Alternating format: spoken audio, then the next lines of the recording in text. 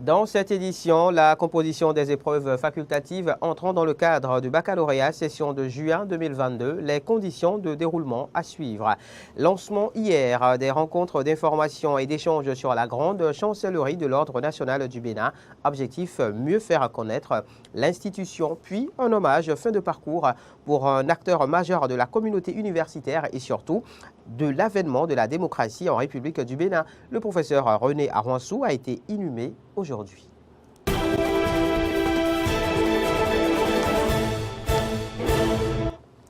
Voilà pour le sommaire. Bonsoir à toutes et à tous. Merci de nous préférer pour vous informer. Bienvenue. Une frange des candidats déclarés admissibles à l'examen du baccalauréat session de juin 2022 prend part aux épreuves facultatives depuis ce matin sur toute l'étendue du territoire national. Mais dans quelles conditions se déroulent ces compositions? Flora Edo a fait un tour au lycée Koulibaly de Cotonou. Voici son reportage. Les candidats déclarés admissibles à l'examen du baccalauréat session de juin 2022 et ayant opté pour les épreuves facultatives planchent ce samedi 16 juillet. Nous avons eu l'épreuve d'économie familiale et sociale où nous avions environ 820 candidats qui ont composé.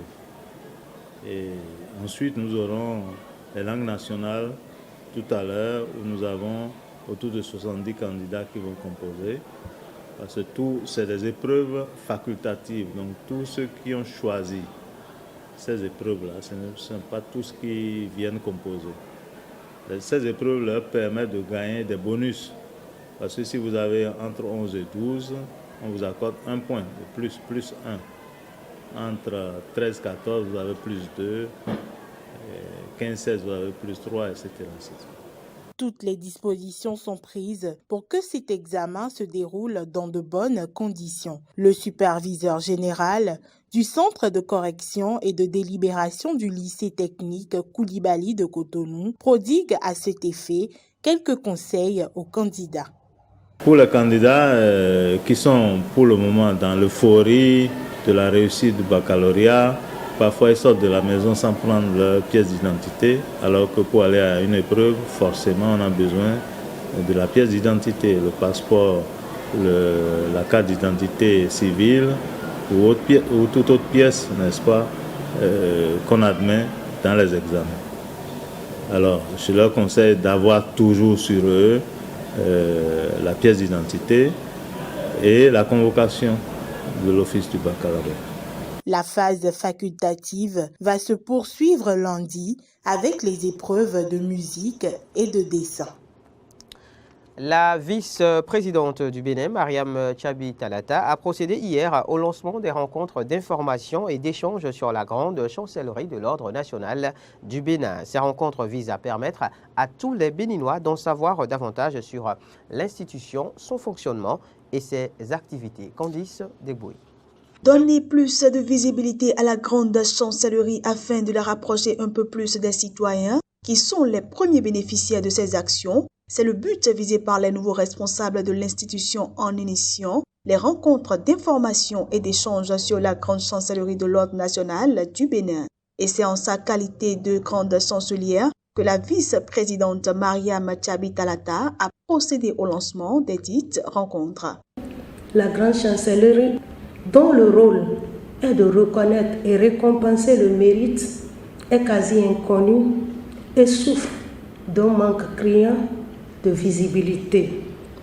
La grande chancellerie est l'institution de la République dont la fonction essentielle est l'identification et la récompense du mérite dans toutes les dimensions de la vie sociale et professionnelle. En récompensant le mérite et l'excellence, la grande chancellerie contribue à l'amélioration de la qualité des ressources humaines par les hommages rendus aux plus méritants de nos concitoyens au nom du grand maître de l'ordre.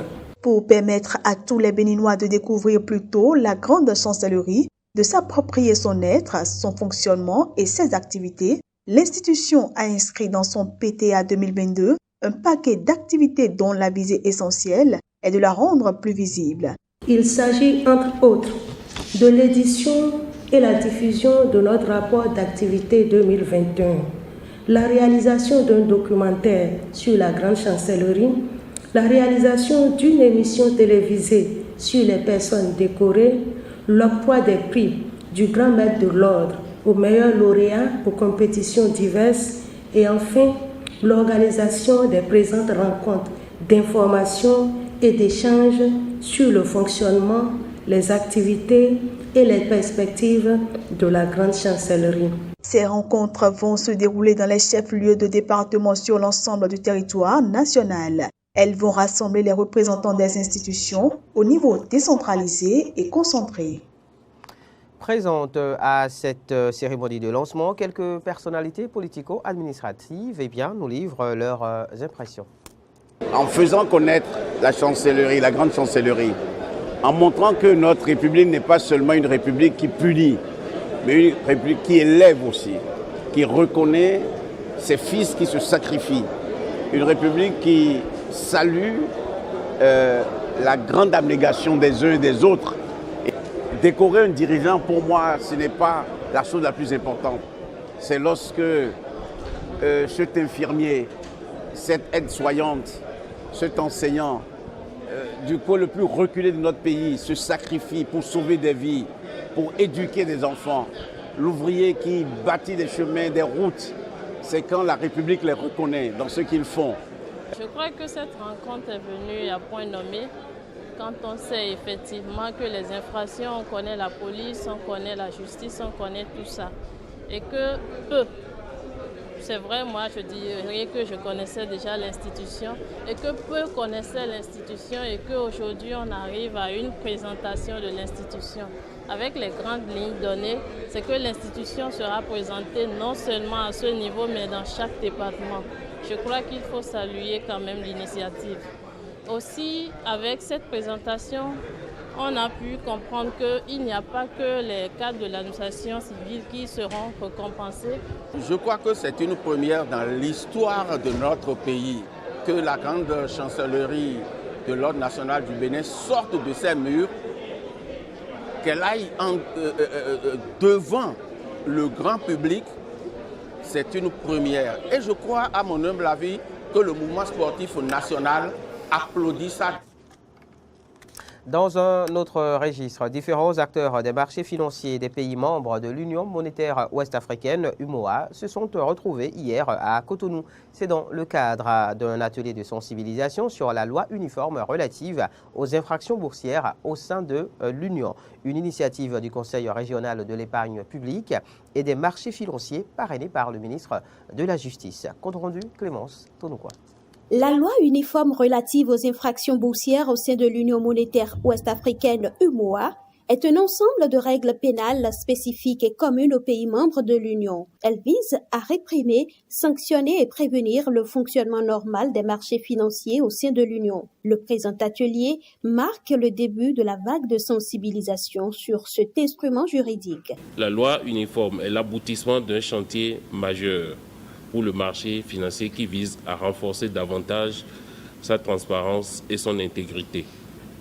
Aussi, procure-t-il à notre espace financier communautaire un outil dédié à la protection et à l'attractivité de l'épargne investie en valeurs mobilières conformément aux vœux des plus hautes autorités de l'Union.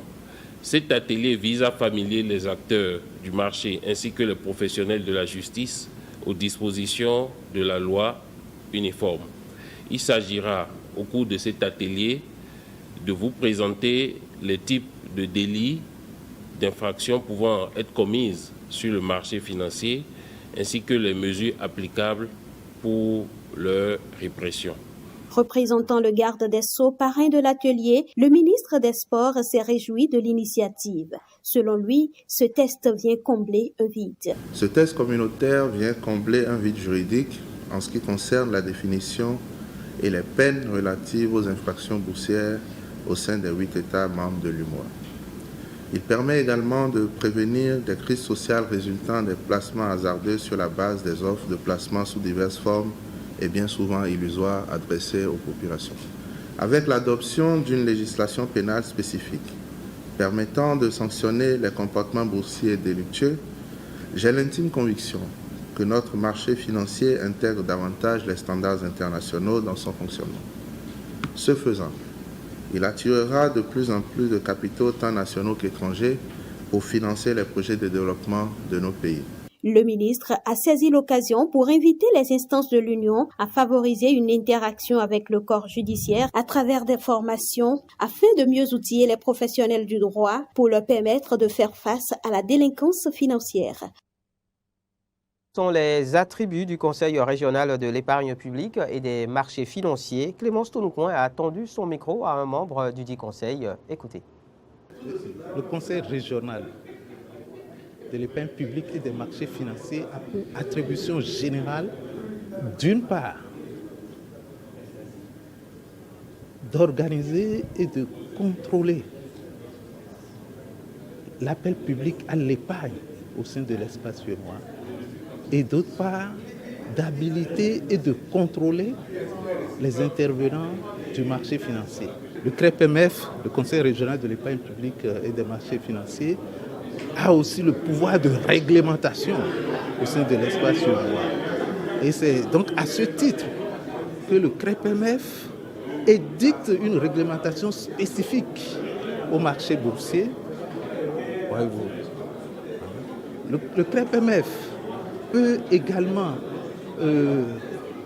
arbitrer, concilier les différends qui sont nés à l'occasion des relations professionnelles entre intervenants financiers. Le CREPMF peut instruire les plaintes de toute personne concernée relatives aux fautes, aux omissions, aux manœuvres préjudiciables au bon fonctionnement de l'épargne publique. Un hommage, un portrait pour finir, de regretter mémoire. Le professeur René Arwansou a été inhumé ce samedi. Précédemment, enseignant-chercheur au département d'anglais et de la faculté des lettres, langues, arts et communications, FLARC, à l'université d'Abomey-Calavi. Il a été de son vivant l'un des acteurs majeurs ayant contribué à la tenue de la conférence nationale des forces vives de la nation en 1990 en République du Bénin.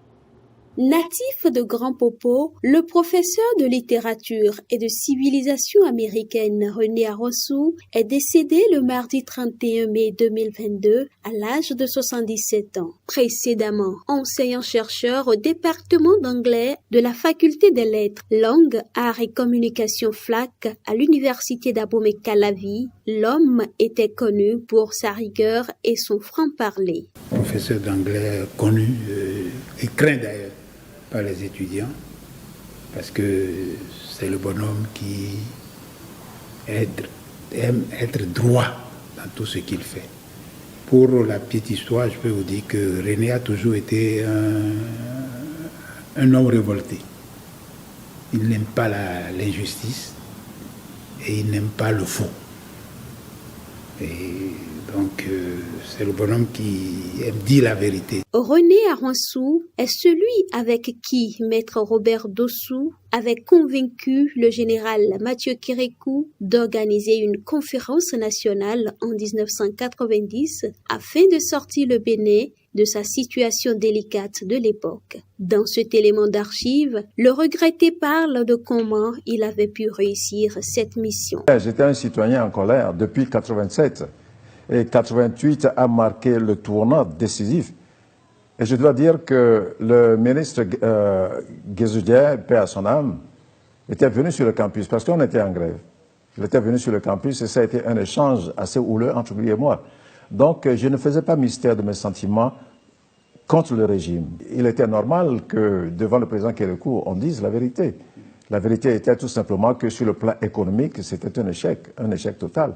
Donc, j'avais cette colère qui bouillonnait en moi et c'était tout à fait naturel que mes collègues de l'enseignement supérieur aient jugé bon de m'envoyer pour être leur porte-parole. Et ils n'ont pas été déçus. Entre autres postes de responsabilité occupés, Feu René Arwansou a été le premier président de la commission spéciale de vérification des biens de fin 1989 à 1990, puis secrétaire général de la Commission nationale béninoise pour l'UNESCO et représentant de l'ICESCO de 2006 à 2009. Président d'honneur de l'association Novicha, l'homme avait de grandes ambitions pour Grand Popo. Il avait des idées de de rénovation de Grand Popo. Il tenait beaucoup à cœur. Je prends un exemple, il parlait beaucoup du dragage de nos plans d'eau. Parce que c'est ça qui fait qu'aujourd'hui, les populations sont obligées de s'exiler et d'aller travailler ailleurs. Parce que nos plans d'eau ne produisent plus de poissons. René va nous manquer à coup sûr au niveau de Novidia. Mais les cimetières, dit-on, sont pleins d'hommes indispensables. Et on fera avec ce qui reste.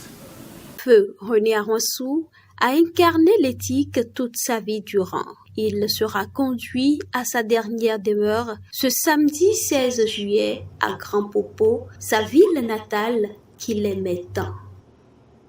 Paix à l'âme de l'illustre disparu. Et c'est la fin de cette édition. N'oubliez pas, vous pouvez continuer à nous suivre via notre application Eden TV Diaspora FM. L'information est aussi en continu sur nos différentes plateformes YouTube, Facebook, Twitter et sur notre site internet www.benin-eden.tv.